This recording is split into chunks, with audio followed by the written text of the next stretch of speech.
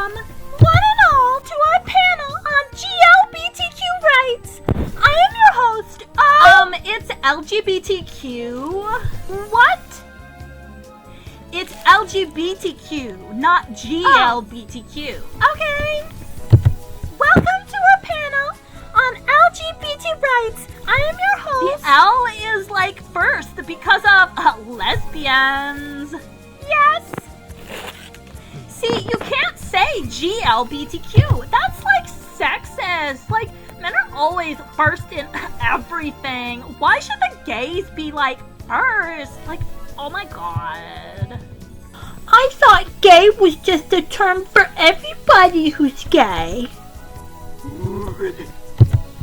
I mean, it can be, but like, most people nowadays prefer queer, much more gender neutral. But queer is a slur! Not anymore. The quote-quote gays are reclaiming the word. If you would all kindly let me continue. My name is Oh Dear. I am your host and we are talking about LGBTQ rights in this panel on LGBTQ rights. I have with me today several esteemed colleagues in the world of academia and beyond. We will be touching on several important topics such as trans rights, proper language when addressing the community, and other important facts. Please join me in welcoming our panel.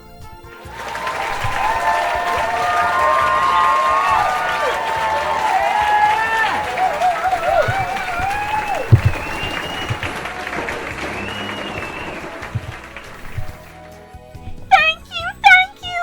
Now, my first question is for you, Cottonmouth.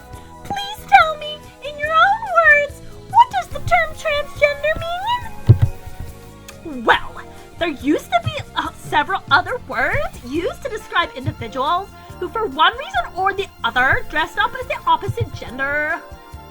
Transsexual used to be a word used, but the queer culture since then has, like, changed to transgender. So, like, the issue here is gender identity and, like, not sex. Also, drag queens are, like, completely different from trans people. Sure, some drag performers are trans, but not all trans people are drag queens, and not all drag queens are transgender.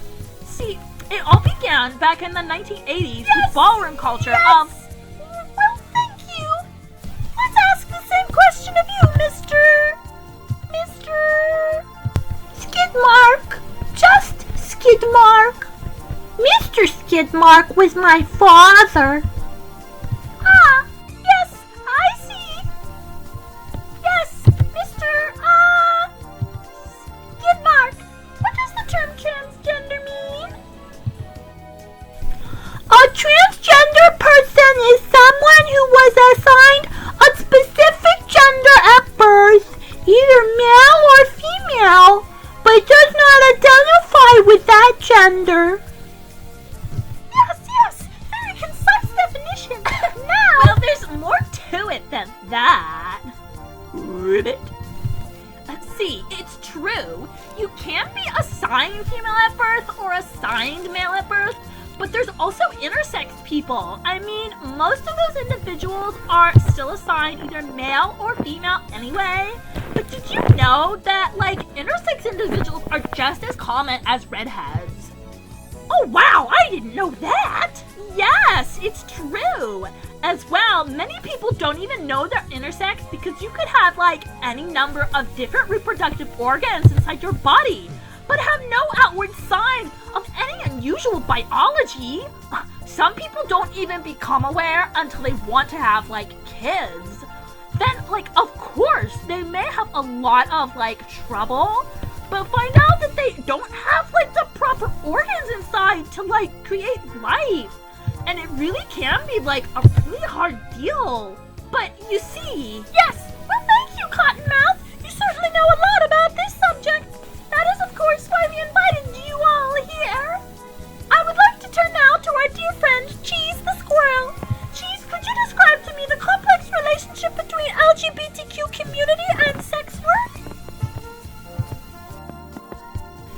have a stick.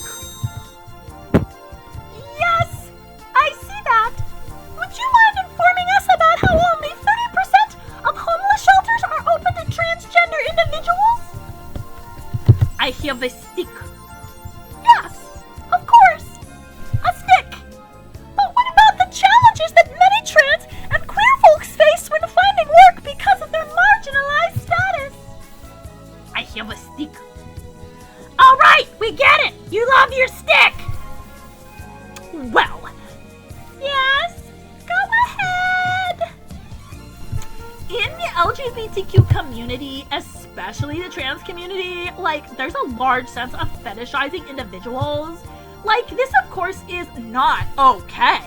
People are not just their bodies, and it's, like, not okay to treat people as just objects to be sexually attracted to. I gotta make my hair look The good. world of sex work and related areas, such as, like, porn and adult stores, it's, like, more often frequented by heterosexual men.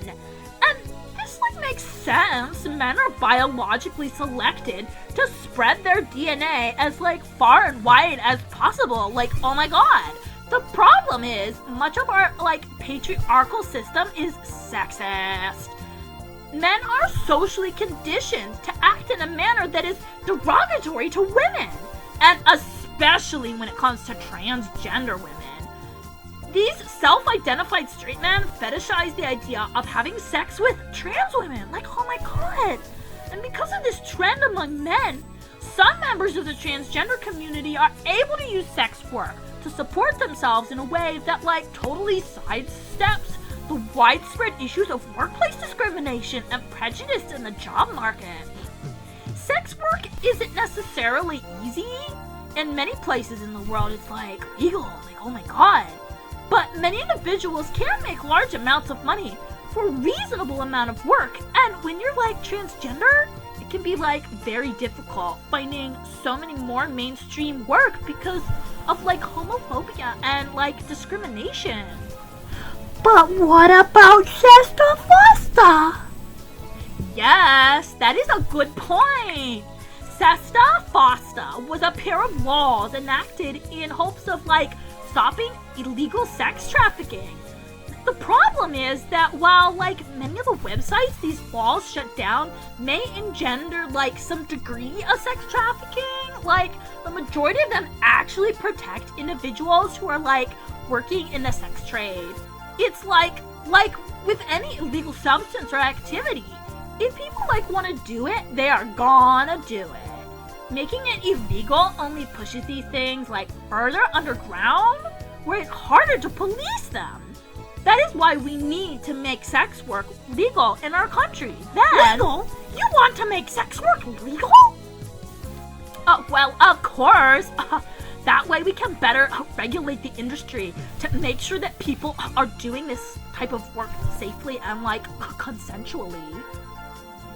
But that's just disgusting. People should not have sex before marriage. Are you, like, religious or something? Now there's absolutely nothing wrong with individuals who want to wait until marriage. We need to respect all choices when it comes to people's bodies and their right to choose when and how they engage in intimacy. Read it. Read it. Read it. Read it. Read it. Read it. I think it's time to move on and speak to one of our panelists we haven't heard from yet. Tweetsy is a world-renowned researcher and author from the New Iceland Institute for Gender and Sexuality. Tweetsy, could you share with us some of your current research you've been conducting?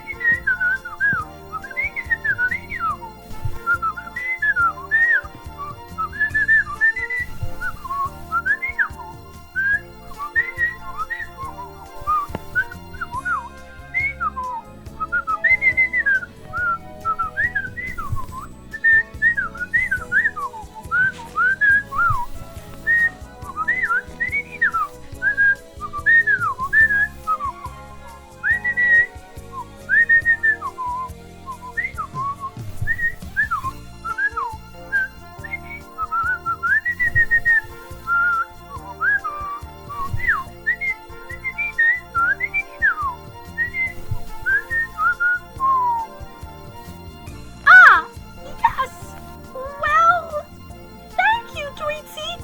I'm sure our viewers are very well informed now about that. Well, we have come yet again to the end of a very informative and engaging panel on LGBTQ. LGBTQ rights. Next week we will be talking about the dangers of leaving your potted succulents outside during high radiation seasons. So, are you religious? I love my